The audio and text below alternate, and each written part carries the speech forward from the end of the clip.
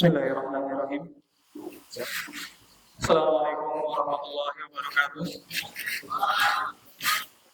Perkenalkan, nama saya Saiful Rahman. Saya dari Gedung 2, dan tema yang akan saya bacakan hari ini atau didapatkan hari ini adalah mengenai hikmah di balik sholat.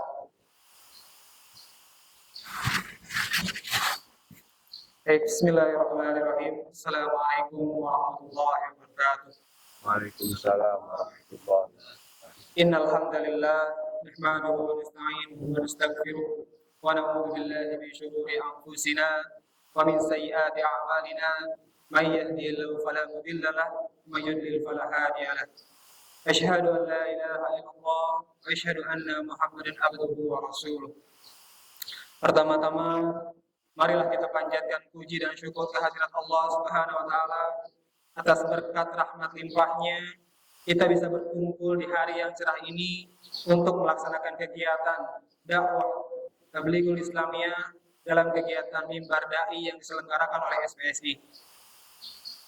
Tidak lupa sholawat beserta salam mari kita curah limpahkan kepada manusia terbaik, manusia penggenggam hujan, laksana lelaki, oasis di tengah padang pasir yang tandus.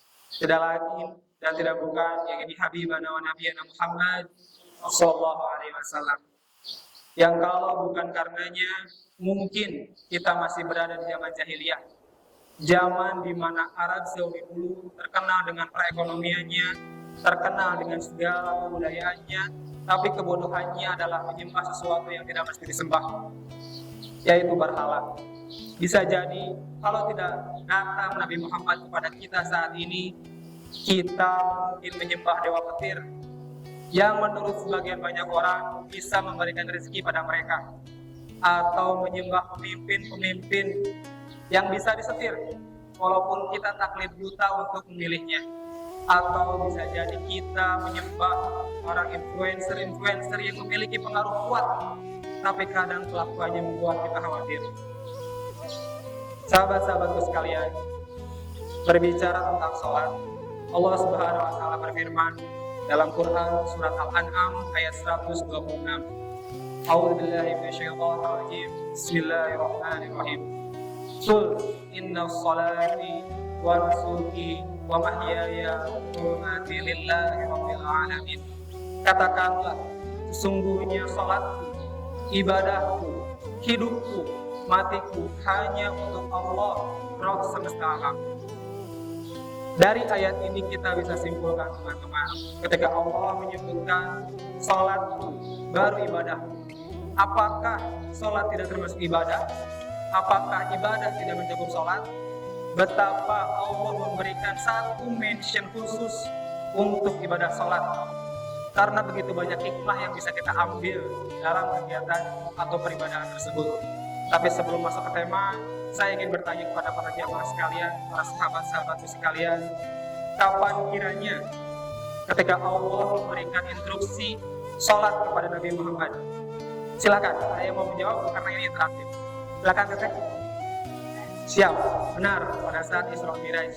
Ada yang mau menjawab lebih spesifik? Tidak ada? Siap. Jawaban yang lebih spesifik, ada riwayat yang mengatakan bahwa Isra Miraj terjadi ketika masa tahun ke-10 atau ke-11 kenabian.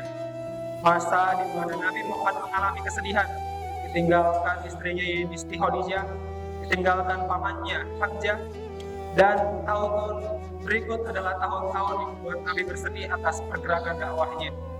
Maka dari itu Allah memberikan suatu perjalanan pelipur lara, yaitu dengan berjalannya Rasulullah dan suatu malam dari Mekah Masjidil Aqsa, dari Masjidil Aqsa ke langit untuk bertemu dengan Allah Subhanahu wa taala. Tapi bukan itu pertanyaannya, saudara-saudaraku. Pertanyaannya, ketika Allah memberikan instruksi sholat kepada Nabi Muhammad selepas dari Isra Miraj, menurut teman-teman sekalian, pada saat itu umat Nabi Muhammad sebelum mendapatkan sholat melakukan ibadah seperti apa? Sebelum dilaksanakannya setiap hari sholat 5 waktu, umat Nabi Muhammad beribadah seperti apa? Ada yang bisa menjawab? Ini pertanyaan kedua. Tidak ada? Dan saya pun tidak akan menjawabnya sekarang karena mungkin ini pembahasannya akan di final ya. Insya Allah. Insya Allah kalau final. Baik, sahabatku sekalian, mengenai sholat, saya ingin bercerita sebentar tentang point of view, pandangan saya sebagai orang yang pernah mendaki gunung beberapa tempat. Saya ingin bercerita tentang sahabat saya yang pernah menangis terseduh-seduh karena pada saat pendakian gunung, tepatnya Gunung Gede Pangrango, beliau tidak bisa melaksanakan sholat karena bergabung dengan satu kelompok yang mungkin tidak mementingkan sholat, dimulai dari perjalanan asar, maghrib, isya, subuh, bahkan zuhur, bahkan sampai kembali lagi ke rumahnya, dia tidak bisa melaksanakan sholat. Kenapa? Karena menurut dia perjalanan pendakian gunung itu sangat melelahkan, ditambah harus ada peralatan yang mumpuni dengan kegiatan-kegiatan yang berat. Dia menyesal sejadi-jadinya. Dari sini kita bisa simpulkan teman-teman bahwa ada hikmah yang begitu besar ketika kita tentunya pernah mendaki suatu dataran tertinggi yang bisa mendekati langit. Kita amat sangat beruntung. Dengan sholat, kita tidak perlu harus mendaki tanah tertinggi di dunia untuk bisa datang ke langit, mendekat ke langit, untuk bisa berbicara dengan Allah Subhanahu wa Ta'ala, untuk bisa mengadu, untuk bisa menyuruh bagaimana kesusahan-kesusahan kita. Bisa dibayangkan teman-teman, kalau kita harus sholat, mengadu, untuk menuju kepada Allah, menuju dataran tertinggi dulu di dunia, yakni Gunung Everest yang ada di Nepal, di India, dengan ketinggian 8.800 sekian. Manusia tidak bisa bertahan 10 menit dengan peralatan yang tidak mumpuni. Bisa jadi kita sebelum sholat meninggal di perjalanan. Tapi alangkah baiknya Allah, dengan sholat itu kita bisa sholat dimanapun, baik itu di masjid, baik itu di rumah ketika ada uzur, dan lain-lain. Dan hikmahnya, ketika kita berbisik ke langit, ketika kita berbisik ke bumi, suara-suara rintihan doa kita tidak sampai ke langit.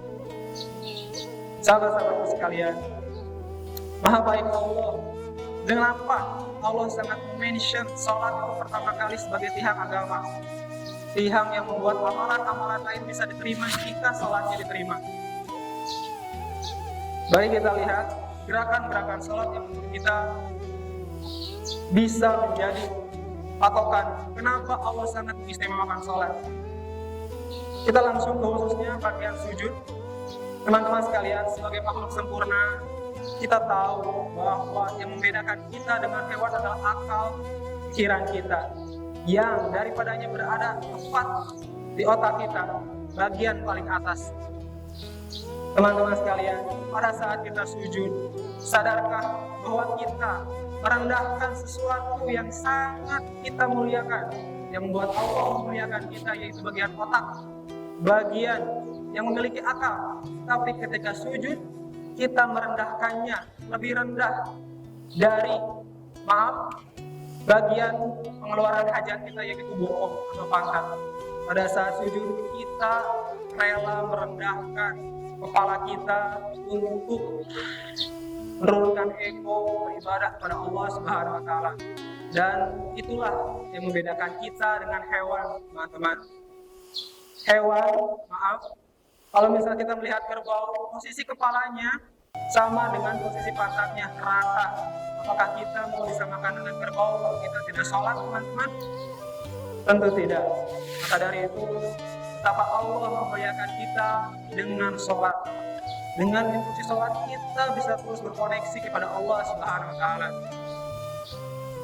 Dengan membuka wawasan-wawasan kita, belajar ilmu agama, tentu teman-teman, ketika kita memiliki perbedaan pada saudara-saudara kita, sudah bukan di level kita mempermasalahkan kenapa orang lain sholat rakaat, tarawihnya 8 rakaat, kita 20 rakaat. Kenapa kita telunjuknya tidak bergerak, sedangkan saudara-saudara kita yang lain telunjuknya bergerak. Kenapa mereka sholatnya tidak kunut, padahal kita kunut setiap subuh. Dengan membuka wawasan-wawasan baru, ilmu-ilmu baru, mengaji, dan terus memperdalam, kita kedepannya bisa melihat bahwa sebuah perbedaan fikih itu luas yang sempit hati kita. Maka dari itu, maka akan ditemukan pada teman-teman sekalian kedepannya dengan perjalanan, dengan hasanah-hasanah ilmu yang ada, kita bisa saja menemukan suatu waktu seorang sholat memakai sepatu. Pernahkah umat melihat seorang sholat pakai sepatu? Bisa melihat orang-orang sholat di tengah jalan, bukan di masjid. Melihat orang-orang sholat dengan berbaring, dengan duduk, dengan bahasa isyarat. Bahkan di suatu waktu kita bisa melihat orang-orang sholat tidak pada tempatnya. Maka benarlah apa perkataan Edith Bethke dalam sebuah lirik lagunya yang mengatakan, sepohon kayu daunnya ribu, bunganya serta buahnya, walaupun hidup 1000 tahun, wala gunanya jika tidak sembahyang. Mungkin hanya sekian yang bisa saya sampaikan. Kurang dan lebihnya mohon dimaafkan. Wabillahi taufiq wal hidayah. Wassalamualaikum warahmatullahi wabarakatuh. Waalaikumsalam warahmatullahi wabarakatuh.